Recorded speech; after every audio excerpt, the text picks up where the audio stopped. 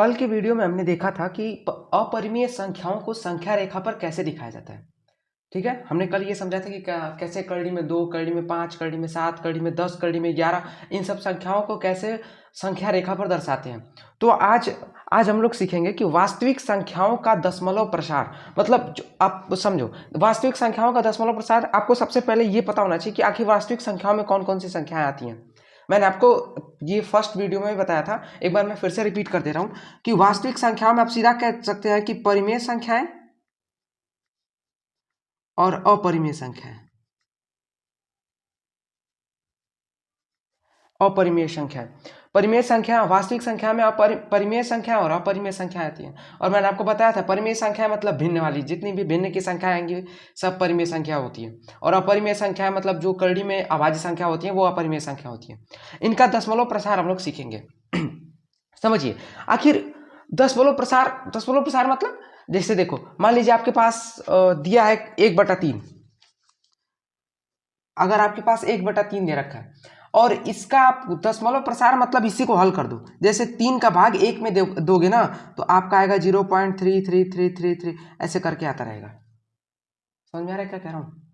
जैसे चलिए एक और ले लेते हैं। मान लीजिए आपके पास आ गया 5/, आप ले लीजिए 8, इसको ले लीजिए। तो जब 5 का इसमें भाग करेंगे ना तो देखो दशमलव लगाएंगे 50 हो जाएगा। आप तो इसको नॉर्मल भाग देके आप अपने हिसाब से निकाल सकते हैं। 50 हो जाएगा, 8 छंग 48, 48 2 50, 20, 8 दूना के 16, 16 4 20, 8 5 40, 0.625। अब सुनो, जैसे ना आपको ये तो समझ में आ गया कि वास्तविक संख्याओं का दशमलव प्रसार मतलब मैं क्या कहना चाहता हूँ कि बस उन्हीं को हल कर दो, जो आपके पास संख्या है उन्हीं को हल कर दो।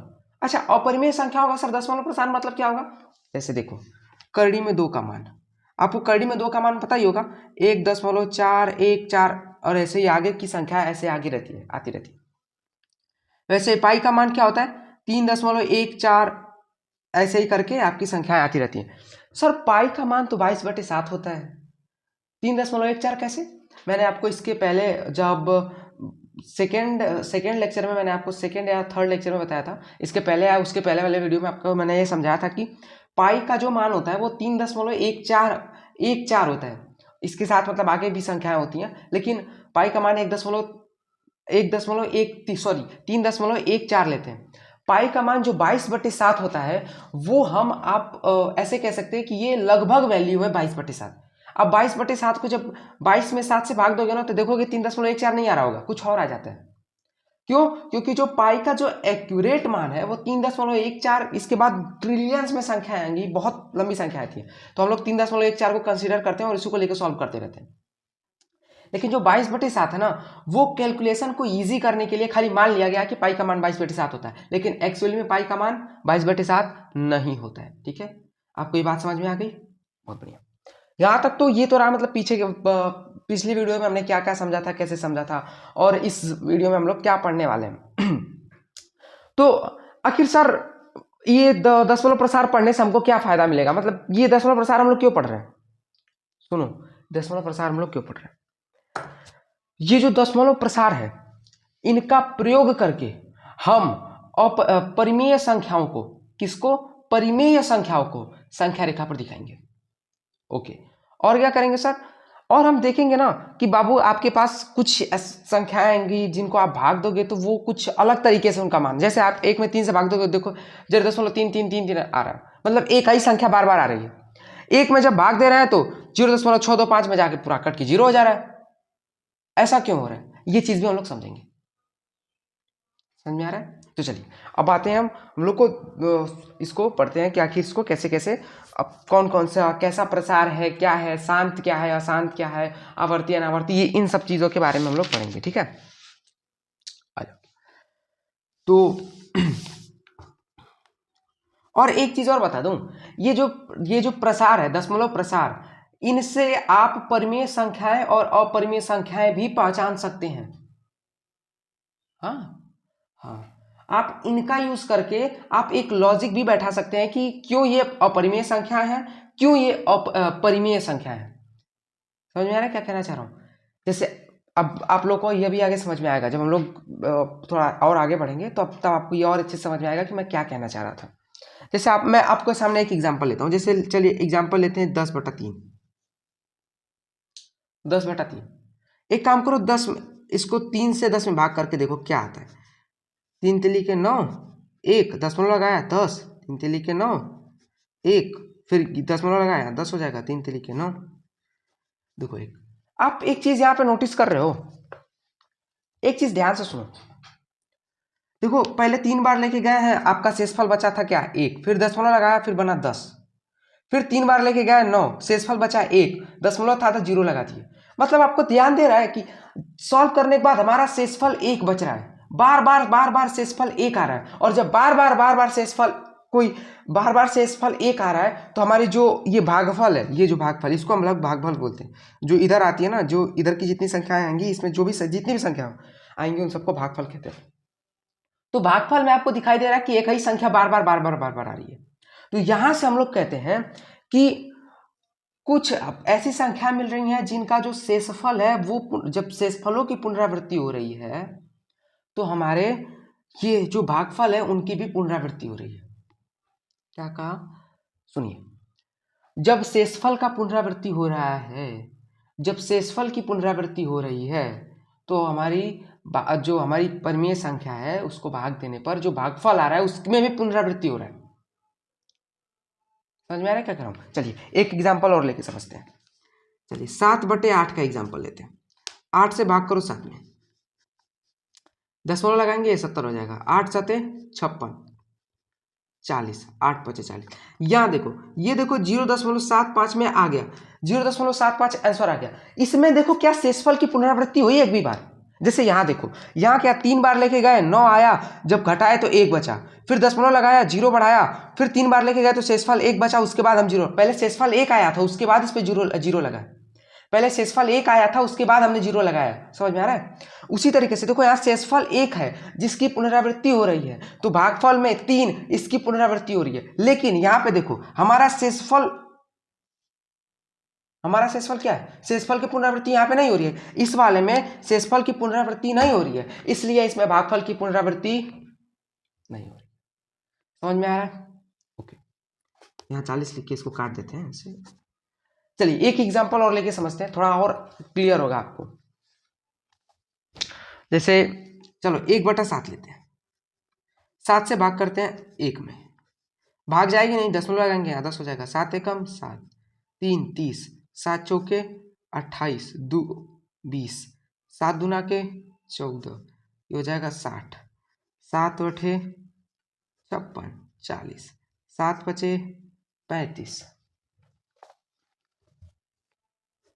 ये हो जाएगा 5 50, फिर हो जाएगा 7 7 49, 49 1।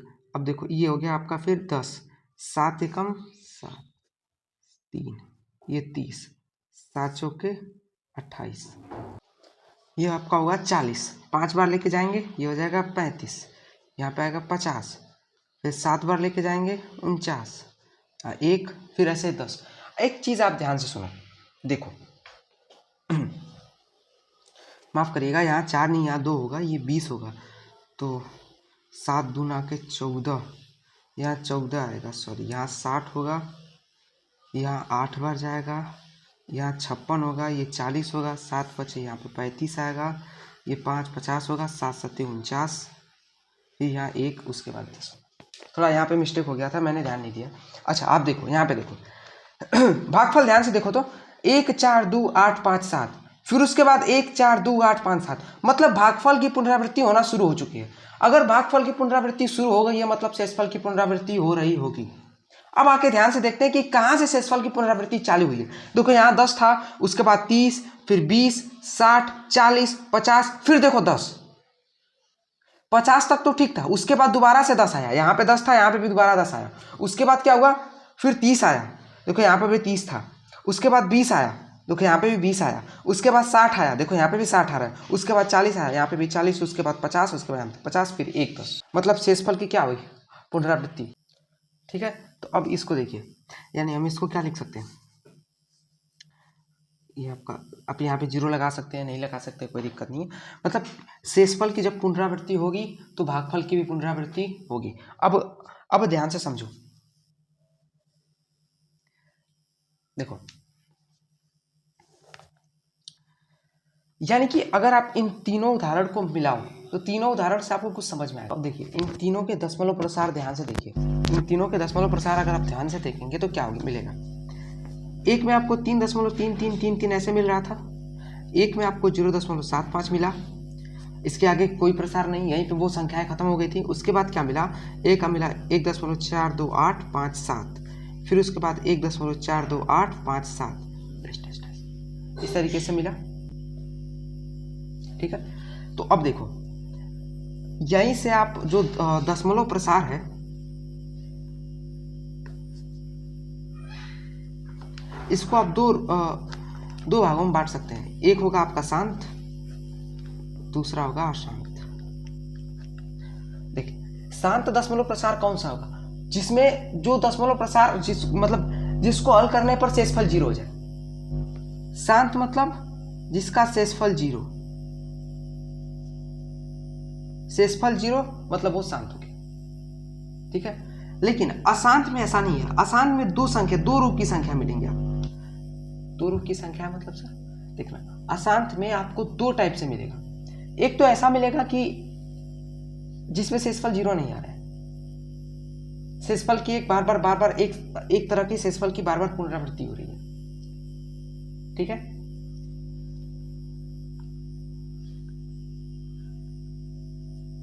शेषफल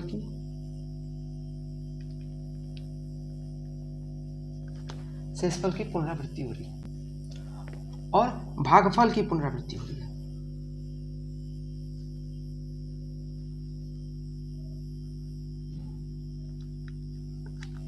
इन दो चीजों को ध्यान से समझो। अशांत में दो तरह से आएगा, एक ऐसा होगा जिसमें शेषफल की पुनरावृत्ति हो रही है और शेषफल और भागफल दोनों की क्या हो रही है, पुनरावृत्ति हो रही है। मतलब शेषफल और भागफल बार बार आ रहे हैं। समझ में आ रहा है। और जो दूसरा रूप है, इसको अभी नहीं बता रहा हूं, कुछ टाइम बाद बताऊंगा, क्योंकि वो जो दूसरा रूप है ना, ये अपरिमेय संख्या के लिए आता है। आप अभी दूसरा रूप थोड़ा बाद में समझाऊंगा। भागफल की पुनरावृत्ति हो रही है, शेषफल की पुनरावृत्ति हो रही है। अशांत में दो तरह से होगी। क्या, एक तो जिसका शेषफल की पुनरावृत्ति है, दूसरा भागफल की पुनरावृत्ति। मतलब शेषफल, जिसमें शेषफल बार बार आ रहा है, अगर शेषफल बार बार आने लगा, एक ही शेषफल बार बार दोहरा रहा है अपने आप को, मतलब उसका भागफल भी अपने आप को दोहराएगा। ठीक है, और जो दूसरा रूप होगा, वो जो इसका दूसरा भाग होता है, वो अपरिमेय संख्या के लिए होता है। वो उसको मैं थोड़ा बाद में बताऊंगा। अभी बस इसको और इसको समझते हैं। ठीक है, तो आ जाओ। अब आपसे जो है ना, क्वेश्चंस कुछ इस तरीके से पूछेगा। क्वेश्चन पूछेगा जैसे कि 7/5 लिखेगा और बोलेगा बताइए इसका दशमलव प्रसार शांत है या अशांत है। क्या कहेगा, लिखेगा 7/5 लिखेगा और पूछेगा बताइए इसका दशमलव प्रसार शांत है या अशांत है। तो ठीक है, 5 से भाग कर दीजिए, इस 7 में भाग कर लेके देख लीजिए। तो 5 एकम 5, 5 2 7, 20, 5 चौके 20। ये क्या हो गया, कट गया, शेषफल 0 हो गया, तो ये शांत हो गया। समझ में आ रहा है। वैसे फिर आपसे कहेगा कि बताइए 4/3 ये क्या है, शांत है या अशांत है। आप जब इसको सॉल्व करोगे तो ये आएगा अशांत। क्यों, क्योंकि भाग करके देख लेना है, इसमें भी वो 1.33333333 बार आता रहेगा। समझ में आ रहा है क्या कहना चाह रहा हूं। आई थिंक यहां तक आपको क्लियर होगा। तो आप यहाँ पे आपको ये तो समझ में आ गया कि अशांत दशमलव प्रसार कैसा होगा, अशांत दशमलव प्रसार कैसा होगा। ठीक है, अब एक क्वेश्चन, बहुत ही अच्छा क्वेश्चन आपसे, मतलब अच्छा है वो है क्वेश्चन। जैसे आपसे बोलेगा ना कि 0.3 के ऊपर बार, 3 का जिस मतलब बार का क्या मतलब होता है, जैसे मान लीजिए 0.3 लिख के 3 के ऊपर बार लगा दिया ना, मतलब 3 बार आ रहा है। मतलब ये आपका संख्या इस तरीके से लिखिए, 0.33333 इस तरीके से लिखी हुई संख्या। इस संख्या को जो यहाँ पे लिखा है, इसको छोटे रूप में यहाँ पे लिखा है। जैसे मान लीजिए आपके ऊपर 5 के ऊपर बार लगा दिए, तो इसका मतलब जानते हैं क्या लिखा है, 5 5 5 5 5 5 5 5 ऐसे लिख रखा है। समझ में आ रहा है क्या कहना चाह रहा हूँ। मान लीजिए आपके पास लिख दिया 6.8 के ऊपर बार, 87 के ऊपर बार। इसका क्या मतलब है 6.878787 ऐसे बार बार लिखा है। समझ में आया? तो उसके बाद अब देखो क्वेश्चन में आपसे क्या कहेगा कि 0.3 के ऊपर बार को इसको P/Q के रूप में व्यक्त करो।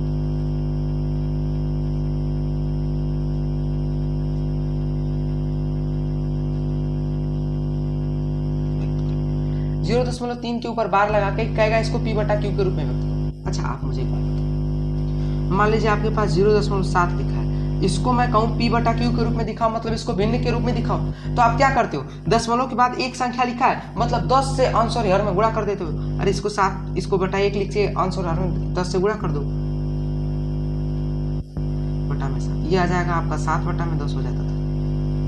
ठीक है, लेकिन आपके पास 0.3333 ये पता नहीं कितने बार 3 लिखा है, आपको कैसे पता कि, तो अगर मान लीजिए ये आपको ये पता होगा ये डैश डैश डैश डैश करके 100 बार लिखा है, तो यानी दशमलव के पास 100 टोटल संख्या है, तो यानी एक के आगे 100 को जीरो लगा के ऊपर अंश और हर में गुणा कर देंगे तो ये P/Q के रूप में हो जाएगा। लेकिन हमें पता नहीं है ना कि ये 3 कितनी बार लिखा है, तो इसके लिए यहाँ पर एक मेथड अपनाया जाता है। ठीक है, वो तरीका आपको समझना पड़ेगा, तो टफ नहीं है, तरीका बड़ा ही आसान है, लेकिन थोड़ा सा दिमाग यूज करना पड़ता है, थोड़ा मतलब थोड़ा दिमाग लगता है उसमें। देखो क्या होगा, इस 0.3 के ऊपर बार लिखा है ना, इसको P/Q के रूप में लिखना है ना, सिंपल तरीका है 0.333 डैश करके इसको कह दो यक्स, मान लो माना यक्स, ये यक्स के बराबर है, इसको x के बराबर मान लो। ठीक है, और एक चीज और देखो, दशमलव के बाद अब एक चीज आपको ध्यान रखना है कि चलिए उसको दूसरा उदाहरण लेके उसमें समझ लेंगे, इसको इसी तरीके से समझते हैं। और इसके बाद जानते हैं क्या करना, आप 10 से गुणा करना। 10 से गुणा करना मतलब बार के नीचे जितनी संख्याएं लिखी है, ध्यान से सुनना, बार के नीचे जितनी संख्याएं लिखी है उतने ही संख्याओं, जैसे मान लीजिए बार के नीचे 1 से संख्या लिखा है, मतलब 1 के आगे उतना जीरो लगा देना। क्या बोला आप फिर सुनिए, बार के नीचे जितनी संख्याएं होंगी 1 के आगे उतना ही जीरो लगाएंगे और दोनों पक्षों में उससे गुणा कर देंगे।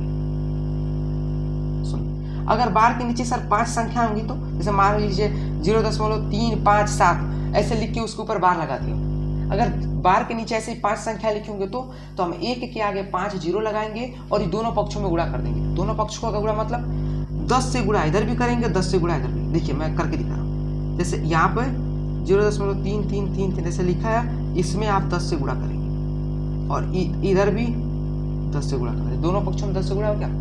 यहाँ जब आप 10 से गुणा करेंगे तो एक अंक दशमलव इधर खिसक जाएगा, तो हो जाएगा 3.3333 बराबर 10x। ठीक है, अच्छा अब देखना, इसको मैं एक तरीके से लिख रहा हूँ, अब बताइएगा वो तरीका सही है क्या गलत है। मैं इसको क्या ऐसे लिख सकता हूँ, क्या मैं इस चीज को ऐसे लिख सकता हूँ, जोड़ के देखो दोबारा यही मिलेगा, इसको 3 में जोड़ के देखो दोबारा यही मिलेगा, क्या इसको ऐसे लिख सकते हैं। हाँ, अब आपके दिमाग में आएगा सर ऐसा हमने क्यों लिखा। ऐसा बाबू हमने इसलिए लिखा कि ध्यान से देखो 0.333 इसको हमने यक्स माना है और यक्स का मनवा यहाँ उठा के रख देंगे, इधर ही आ जाएगा 9 यक्स हो जाएगा और यक्स का मनवा 3 बटा में 10 आ जाएगा, 3 बटा में 9 आ जाएगा। समझ में आया क्या कह रहा हूँ। इसको क्यों हमने इस रूप में, इसको इस रूप में क्यों लिखा, आपको समझ में आ रहा है मैं क्यों कह रहा हूँ। अब देखो ये 3, ये क्या हो जाएगा, इसके स्थान पे क्या हो जाएगा आपका यक्स बराबर 10x, यक्स उधर जाएगा घट जाएगा, 3 बराबर 9x, यक्स का मान आ गया 1 बटा में 3, यही आपकी क्या होगी परिमेय संख्या। अच्छा, यानी कि सर यहां से एक कंक्लूजन आप निकाल सकते हो सर, यानी जो अशांत होगा, अशांत दशमलव प्रसार को हम P/Q के रूप में व्यक्त कर सकते हैं,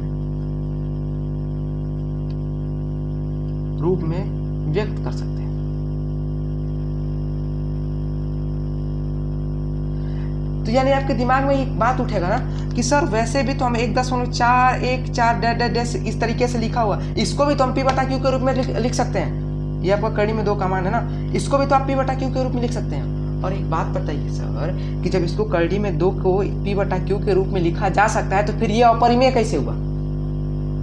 आपके मन में ये ख्याल आया होगा? नहीं आया होगा? मैं डाल दे रहा हूँ कि जब ये 1.414 ये डैश डैश करके आपने इसको भी तो 0.3 को भी तो आपने पी बटा क्यू के रूप में दिखाया है, तो इसको भी तो आप पी बटा क्यू के रूप में दिखा ही सकते हो ना। जब इसको पी बटा क्यू के रूप में दिखा सकते हो तो फिर ये अपरिमेय कैसे? अब यहाँ पे सुनो ध्यान से, बात हमारी क्या है। मैंने आपको बताया था ना कि अशांत दशमलव प्रसार 2 तरह से होगा। एक तो जिसका शेषफल की पुनरावृत्ति हो रही हो, दूसरा जिसमें शेषफल की पुनरावृत्ति ना हो। अब सुनना, शेषफल की पुनरावृत्ति, ये क्या मतलब, ये क्या बोल रहे हो आप? करड़ी में 2 को हल करिएगा, करड़ी में 2 का मान निकालिएगा। मैंने करड़ी में 2 का मान निकालना सिखाया है, बेसिक मैथ करके वीडियो मैंने बना रखी है, आई थिंक पहले या दूसरी वीडियो होगी, आप देख लीजिएगा उसमें जाके कि कैसे करड़ी में 2 का वैल्यू निकाला जाता है, वहाँ मैंने सिखाया था, वहाँ सिखाया था। आप ध्यान देना, उसमें शेषफल की पुनरावृत्ति कहीं हो रही होगी। अगर कहीं पुनरावृत्ति होना शुरू हो गई तो फिर इसको भी आप पी बटा क्यू के रूप में दिखा सकते हो। जब शेषफल की पुनरावृत्ति हुई या तो भागफल की पुनरावृत्ति होगी, अगर भागफल की भी पुनरावृत्ति हो गई तो वो पी बटा क्यू के रूप में दिखा दिया जाएगा, वो आपका परिमेय हो जाएगा। यानी कि सर ये अपरिमेय नहीं हो सकता है। किस कंडीशन में? जब इसका दशमलव प्रसार किस रूप में आ जाए, जब इसका दशमलव प्रसार हम कर रहे हो उसमें इस जो भी शेषफल हो वो अपना पुनरावृत्ति करना शुरू कर दे। एक ऐसे जो भी से एक जैसे शेषफल आप निकाल रहे हैं एक, वही एक शेषफल बार बार आने लगे, ठीक है। या फिर भागफल में एक बार बार किसी संख्या की पुनरावृत्ति होना चालू हो जाए, एक संख्या का हो जाए क्या कई संख्याओं की पुनरावृत्ति, मतलब बस किसी तरीके से पुनरावृत्ति हो संख्याओं की। तो जैसे ही पुनरावृत्ति शुरू होगी उसको हम पी बटा क्यू के रूप में व्यक्त कर सकते हैं। इसको हम नहीं कर सकते क्योंकि इसमें पुनरावृत्ति संख्याओं की नहीं हो रही है। जब नहीं हो रही है तो इसको पी बटा क्यू के रूप में नहीं दिखाएंगे, और जब नहीं दिखा पाएंगे तो ये आपकी एक अपरिमेय संख्या है। समझ में आया? तो दशमलव प्रसार से आपका मुझे लगता है क्लियर हो गया होगा कि अपरिमेय संख्याएं और परिमेय संख्याएं क्या हैं, इनको क्यों नहीं चेंज कर सकते पी बटा क्यू के रूप में, मतलब भिन्न में क्यों नहीं बदल सकते। आई थिंक यहाँ तक आपको समझ में आ गया होगा। ठीक है, चलिए एक आध सवाल और हल करते हैं, तभी तो क्लियरिटी आएगी ना कि क्या मतलब। मान लीजिए आपके पास क्वेश्चन है 1.432 के ऊपर बार लगा दिया, का कि को पी बटा क्यू के रूप में व्यक्त करो। ठीक है, यहाँ पे देखना बाबू थोड़ा सा झोल मिलेगा, थोड़ा सा 1% का, थोड़ा यहाँ पे ज्यादा दिमाग खर्चा करना पड़ेगा। सिंपल, कुछ करना नहीं है। सबसे पहले इसको क्या करो, इसको तोड़ दो, इसको तोड़ के लिखना चालू करो। इसको आप लिख सकते हो क्या 1 + 0.43 + 0.002 के ऊपर बार। क्या आप इस चीज को ऐसे लिख सकते हो? हल करके देखो, यही आपको मिलेगा। अगर ये मिला तो फिर ये सही है, अगर ये ऊपर वाला नहीं मिला तो ये नीचे वाला गलत है। समझ में आ रहा है क्या कहना चाह रहा हूं? ओके, अब देखो इसको तो आप भिन्न के रूप में दिखा ही सकते हो, यहाँ पे कोई तकलीफ होगी? अरे 0.43 को भिन्न के रूप में दिखा नहीं सकते हो? अरे ऊपर नीचे एक के आगे डबल जीरो लगा के आंसर हेयर में गुणा कर देना, तो ये हो जाएगा 43/100 पी बटा क्यू के रूप में व्यक्त हो गया, ये व्यक्त होगा। लेकिन दिक्कत कौन करेगा? ये वाला दिक्कत यही करेगा, बस इसी को यक्स मानो, इसी को बोलो यक्स। मैंने आपसे एक बात कही थी कि दशमलव के आगे जितनी संख्याओं पर बार होगा, एक के आगे उतने संख्या लगा के एक के आगे उतने शून्य लगा के दोनों पक्षों में गुणा कर देंगे। तो बार के नीचे कौगो संख्या, एगो संख्या कितना से गुणा? 10 से गुणा होगा। और जब 10 से गुणा करोगे तो ये हो जाएगा 0.02 के ऊपर बार बराबर 10 यक्स। ठीक है, अब यहाँ आपको थोड़ा सा सोचना पड़ेगा। कैसे? देखो, ये आपका 0.02 के ऊपर बार लिखा है। 0.02 के ऊपर बार का क्या मतलब है? 0.022222 ऐसे डैश डैश करके लिखा हुआ है। इसको क्या आप हम ऐसे लिख सकते हैं 0.02 + 0.00222 ऐसे। इसको सॉल्व करो, देखो यही मिलेगा आपको ऊपर वाला। अब आपके मन में आएगा सर ऐसा आप क्यों कर रहे हो, मतलब ऐसा करने की क्या ज़रूरत है, क्या आन पड़ी है कि आप ये करना चाह रहे हो, इसको आपने ऐसे क्यों, मतलब आपके अंदर क्या आपके दिमाग में आया कि आपने ऐसे कर दिया। अभी बता रहा हूँ उसको, इसको मैं पहले ऐसे लिख दे रहा हूँ 0.02 प्लस 0.002 के ऊपर बार बराबर 10x। ध्यान से देखो बाबू, आप इसको p बटा q के रूप में दिखा सकते हो, इसको तो आप दिखा ही सकते हो। अब इसको ध्यान से देखो, इसको आप यक्स कह सकते हो और यक्स कह सकते हो, क्यों? क्योंकि 0.02 के बार क्यू को हमने यक्स माना है, यहाँ पे आप यक्स लिख सकते हो, यक्स लिख सकते हो, कोई दिक्कत नहीं, सॉरी बाहर नहीं जाएगा, प्लस ये आ जाएगा यक्स बराबर 10x। जब इसको आप सॉल्व करोगे तो ये हो जाएगा 2 बटा में 100 बराबर 9 यक्स। यहाँ से आप यक्स की वैल्यू निकालो, यक्स बराबर आएगा 2 बटा में 900, 2 बटा में 900। समझ में आया? ओके, मैं यहाँ हल कर दे रहा हूँ, इधर जगह नहीं है, यहाँ कर दिया। और एक बात बताओ, 1.432 के ऊपर बार को हमने लिखा था 1 प्लस 0.43 प्लस 0.002 के ऊपर बार, और इसको हमने यक्स माना था, यक्स का माना आया 2 बटा में 900, ये हो जाएगा 1 प्लस 43 बटा में 100 प्लस ये हो जाएगा 2 बटा में 900। देखो मैंने इसको डायरेक्टली p बटा q के रूप में यहाँ पे दिखाया था। आई थिंक आपको ये समझ में आया होगा कि 43 बटा 100 कहाँ लिए किए हैं, यहाँ पे लिखते 43 बटे 100। अब इसको आप सॉल्व कर लेना, सॉल्व करने के बाद जो आएगा वही आपका p बटा q के रूप में आ जाएगा, ये आपका p बटा q के रूप में व्यक्त हो गया। समझ में आया? अगर समझ में आया तो आप बता दीजिए मुझे कि हाँ सर समझ में आया। कैसे बताओगे? कमेंट में बता दो कि हाँ सर समझ में आ रहा है। नहीं समझ में आ रहा है तो फिर वो भी बताओ, और तरीके से कुछ और नया तरीका लाया जाएगा। इसके कई तरीके आपको मिल जाएंगे। एक होता है कि दो तीन इक्वेशन बना के होता है, वो भी बहुत ईजी होता है, वो भी बहुत आसान होता है, वो आपके स्कूलों में आपको वो बताया जाएगा, ठीक है? उस तरीके से आपको स्कूल में बताया जाएगा, मैं इस तरीके से बता दे रहा हूँ, ठीक है? क्योंकि पर्सनली अब देखो ये सबका अपना अलग अलग पॉइंट ऑफ व्यू होता है। मैं कहूँ तो ये जो मेथड है ना, ये थोड़ा पढ़ाने में मुझे आसान लगता है। पढ़ाने में आसान का सेंस ये है कि इसमें थोड़ा दिमाग का ज़्यादा इस्तेमाल करना पड़ता है, थोड़ा सोचना पड़ता है। और जो वो दो तीन इक्वेशन बनाना होता है ना, उसमें एक ही तरीके से होगा, एक इक्वेशन बनाओ, फिर दूसरा इक्वेशन बनाओ, फिर तीसरा इक्वेशन बना के फिर घटा दो, ये कर दो, वो कर दो, फिर आ जाएगा p बटा q।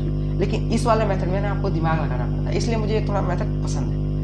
बाकी वो वाला भी आसान है, आप कहोगे तो वो वाला मैं बता दूंगा, लेकिन पर्सनली मैं कहूँ तो आपको यही मेथड यूज़ करना चाहिए, क्योंकि इसमें थोड़ा माइंड का थोड़ा ज़्यादा इस्तेमाल होगा। और शुरुआत में आपको ये थोड़ा कठिन लगेगा, अभी आपको 10-12 क्वेश्चन इस पे देंगे ना, आराम से आप जब उसको सॉल्व करोगे ये भी आपके लिए मस्त हो जाएगा, ठीक है? 2-3 क्वेश्चन और लेते हैं, एक क्वेश्चन और सॉल्व करके। तो मान लीजिए आपके पास आया 7.43, इस पूरे के ऊपर बार लगा दो, कहा कि को p बटा q के रूप में व्यक्त कीजिए। तो सिंपल तरीका है, जब भी आया एक काम करो, इसको लिखो 7 प्लस 0.43 के ऊपर बार, इसको हमको p बटा q के रूप में दिखाना है ना, देखो 7 तो आपका पहले से p बटा q के रूप में, दिक्कत यही करेगा, बस इसी को x मान लो, लिख दो माना। मैंने क्या बोला था, बार के नीचे जितनी संख्याएं होंगी उतने ही एक के आगे 0 लगा के दोनों पक्षों में गुणा कर देना। बार के नीचे दो संख्याएं मतलब एक के आगे 2 0, यानी 100 से दोनों पक्षों में गुणा करेंगे। जब इधर गुणा करेंगे तो आ जाएगा 43.43 के ऊपर बार बराबर यक्स, सॉरी 100 यक्स। अब 43.43 को आप 43 प्लस 0.43 के ऊपर बार बराबर 100 यक्स ना लिख सकते। आज 0.43 को आपने यक्स माना है, तो यानी 43 बराबर आपका आ जाएगा 100 यक्स माइनस यक्स। डायरेक्ट कर दिए, यहाँ यक्स लिखते फिर इधर घटा लेके जाते तो 100 यक्स में से यक्स घटेगा, ये हो जाएगा 99 यक्स बराबर 43। यहाँ से यक्स का मान आएगा 43 बटा 99। अब कोई दिक्कत नहीं है, यक्स का मनवा उठाओ यहाँ पे रख दो, यानी हो जाएगा 7 प्लस 43 बटा 99। और इसको सॉल्व कर लेना, जो आएगा वही आपका आंसर हो जाएगा। तो ये तो आसान था, यानी और कठिन करते हैं, आसान करने का क्या फायदा। मान लीजिए आपको दिया 1.576 3, 2 इसके ऊपर बार लगा दिया। इसको कहा कि को P/Q के रूप में व्यक्त करिए। कैसे करोगे? आ जाओ, सिंपल। इसको पहले तोड़ तोड़ के लिखना सीखो। इसको आप 1 + 0.576 प्लस, अब 5 7 6 लिख दिया ना, अब इसकी जगह यहाँ पे 000 लिख दो, I3 2 के ऊपर बार लगा दो। समझ में आ रहा है मैं क्या मतलब क्या मेरे दिमाग में चल रहा है, मैं क्या सोच रहा हूँ, कैसे सॉल्व कर देना फटाक से? दिमाग में आपके कुछ चल रहा है? आप मतलब आपको समझ में क्योंकि आप इसको जब इसको आप जोड़ोगे ना तो फिर यही आपको मिलेगा। इसको जब आप पूरे को जोड़ोगे तो यही आपको मिलेगा। ठीक है, अब देखो, आ जाओ, देखो ये तो सिंपल है। इसको तो आप ऊपर से इसमें इसको बटा में 1 लिख के अंश और हर में 1000 से गुणा कर दोगे तो ये P/Q के रूप में आ जाएगा। मतलब ये भिन्न बन जाएगा। इसको भिन्न बनाने में तकलीफ है, बस इसको भिन्न बनाने में तकलीफ है, तो चलो इसी को x मानते हैं। x माना। अब देखो मैंने क्या कहा था, इसके बाद वाले स्टेप में क्या होता है कि बार के नीचे जितनी संख्याएं लिखी हैं उतने ही एक के आगे 0 लगा के दोनों पक्षों में गुणा कर देना। बार के नीचे कुल कितनी संख्या है? 2 संख्या है। मतलब 1 के आगे कौ सुनना? 2 को सुनना। मतलब कितना से गुणा? 100 से गुणा। जब 100 से गुणा करेंगे तो जब 100 से जब गुणा करेंगे तो ये 2 अंक किधर खिसकेगा? किधर? राइट हैंड साइड की तरफ खिसकेगा। थोड़ा सा लेफ्ट राइट में तनी दिक्कत हो जाता है कभी कभार। देखिए जब 100 से गुणा करेंगे तो ये 2 अंक राइट हैंड साइड की तरफ खिसक जाएगा। तो 100 से गुणा करेंगे तो ये हो जाएगा आपका 0.032 के ऊपर बार बराबर 100x। समझ में आया? ये पॉइंट समझ में आया? आई होप कि आपको ये चीज समझ में आया होगा। ठीक है, अब आ जाओ, देखो इसको आप 0.0, अब सुनो इसको पहले आप ऐसे तोड़ के लिख लो 0.0323232 टेस्ट। और एक चीज मैं आपको बता दूं, आप एक काम करना, जैसे ना बार के नीचे 3 और 2 लिखा है ना, इसको हमेशा एक ही साथ रखना। जैसे जानते हो आपके दिमाग में ये भी तो आएगा, सर इसको हम 0.03 प्लस 0.00232 ऐसे करके नहीं लिख सकते हैं क्या? मैं कहूँगा कि ना बाबू, लिख तो सकते हैं लेकिन लिखना मत। जब इसको ऐसे लिखोगे ना तो देखो बाबू यहाँ पे ना 2323 मिलेगा, लेकिन आपने किसके ऊपर बार लगाया है? 32 के ऊपर बार लगाया। यहाँ पे आपको 23 मिल रहा है, यहाँ पे 32 है, यहाँ पे आपको 23 है। तो इसको यक्स आप बना नहीं सकते, इसको आप यक्स मान नहीं सकते, इसलिए दिक्कत हो जाएगा, नहीं सॉल्व कर पाओगे, मतलब नहीं हो पाएगा।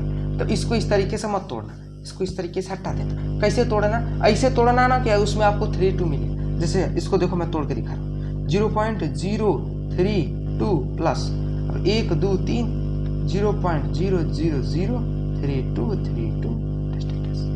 देखो 32 में तोड़ दिए। लेकिन आपके दिमाग में आएगा सर जी यहाँ पे भी 3 0, यहाँ पे भी 3 0। चलो ठीक है, 3 0 3 0, यानी इसको हम यक्स लिख देंगे और इसको हम P/Q के रूप में दिखा देंगे, यानी हमारा सॉल्व हो जाएगा आसानी से। आपको समझ में आया मैं क्या किया हूँ? ये चीज समझ में आई है? अच्छा बहुत बढ़िया। ये आपका क्या हो जाएगा?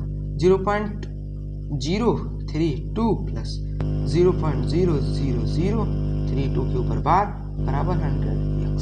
इसको आप यक्स बोल दो, क्योंकि यक्स तो इसको हमने मान रखा है, यक्स आ जाएगा 0.032 प्लस यक्स बराबर 100x। यक्स हो जाएगा माइनस हो जाएगा, घट जाएगा, यानी और जब इसको बदलोगे तो 32/1000 बराबर 99x। यानी यहाँ से यक्स बराबर आएगा 32/99 के आगे 000।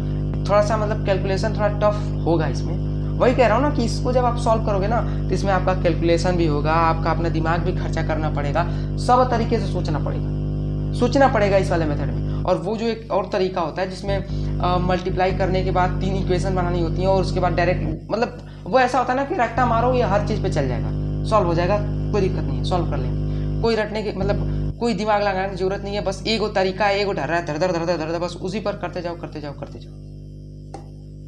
लेकिन ये जो है ना, इसमें आपको थोड़ा सा सोचना पड़ेगा, इसलिए मैं पर्सनली इसी मेथड को हमेशा प्रेफर करता हूँ। मैं फिर से कह रहा हूँ, अगर आपको वो भी आपको मेथड जानना है तो आप मुझे बता देना, मैं उसको भी बता दूंगा। कोई बहुत मतलब ऐसा वो बहुत ज़्यादा टफ नहीं है, छोटा सा वीडियो बना के उसमें मैं आपको समझा दूँगा। ठीक है, यक्स की वैल्यू आ गई, बहुत बढ़िया। यक्स का वैल्यू उठा के यहाँ रख दो, यानी ये हो जाएगा 1 प्लस 576 को चेंज करोगे तो 576 बटा में 1000 प्लस ये हो जाएगा 32 बटा में 99 000। बस इसको आप सॉल्व कर लेना। सॉल्व करने के बाद ये आपका पी बटा क्यू के रूप में बन जाएगा। एक तरीका और बताऊंगा आपको सॉल्व करने का। देखो जैसे मान ली 1.576 लिखा है ना, प्लस 32 बटा में 99 000 ऐसा लिखा है ना, तो जानते हो क्या करना, इसका एक बार इसमें गुणा करो, फिर इसका एक बार इसमें गुणा करो। अब प्लस प्लस प्लस में है तो प्लस लगाना, माइनस में है तो माइनस लगाना। अब फिर उसके बाद 32 ऐसे छोड़ देना, इसके नीचे 32 वालों को ऐसे छोड़, जैसे इसका इसमें गुणा करोगे ना तो 99 के आगे 30 प्लस, आज जब 99 है 30 है तो 10 का 3 स्थान घुसुक जाएगा, तो हो जाएगा 576 गुणा में 99 प्लस ये आपका 32। अब बटा में क्या बचेगा, यही जो है ना इसी को लिख दो। अब इसको आप सॉल्व करके देख लेना। एगो तो आप यहाँ पे लॉसल लोगे, उसके बाद सॉल्व करोगे, और दूसरा तरीका ये है कि सीधे सीधे ऐसे सॉल्व कर लो। ऐसे भी सॉल्व करोगे तो आपको आंसर आएगा, ऐसे सॉल्व करोगे तो आपका आंसर आएगा। दोनों तरीके से आएगा। कोई दिक्कत है यहाँ तक? कोई प्रॉब्लम है नहीं है ना? अगर होगी तो बेशक आपका लिए कमेंट बॉक्स खुला है, बता देना कि सर यहाँ पे दिक्कत आ रही है, ये क्वेश्चन में दिक्कत है, यहाँ पे ये चीज़ समझ नहीं आया, फिर से बता दो, मैं आपको एक्सप्लेन कर दूंगा फिर से। ठीक है, अब आ जाओ, अब थोड़े आप होमवर्क में क्वेश्चंस लिखो। जैसे चलो 7.856 तीनों के ऊपर बार लगा दो। पहले यहाँ लिखते हैं, निम्न संख्याओं को पी बटा क्यू के रूप में व्यक्त कीजिए। ठीक है, तो ये आपका हो गया पहला क्वेश्चन। दूसरा क्वेश्चन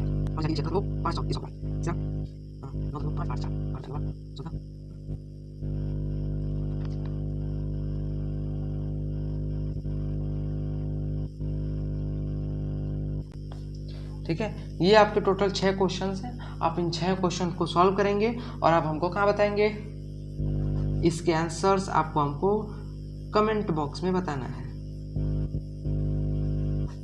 ठीक है, देखते हैं कितने लोग इसको सॉल्व करते हैं और फिर हमको बताते हैं आंसर। ठीक है, तो चलिए इस वीडियो में बस इतना ही, बाकी का नेक्स्ट क्लास में। तब तक अपना आप ख्याल रखिएगा और मन लगा के पढ़ाई करते रहिए।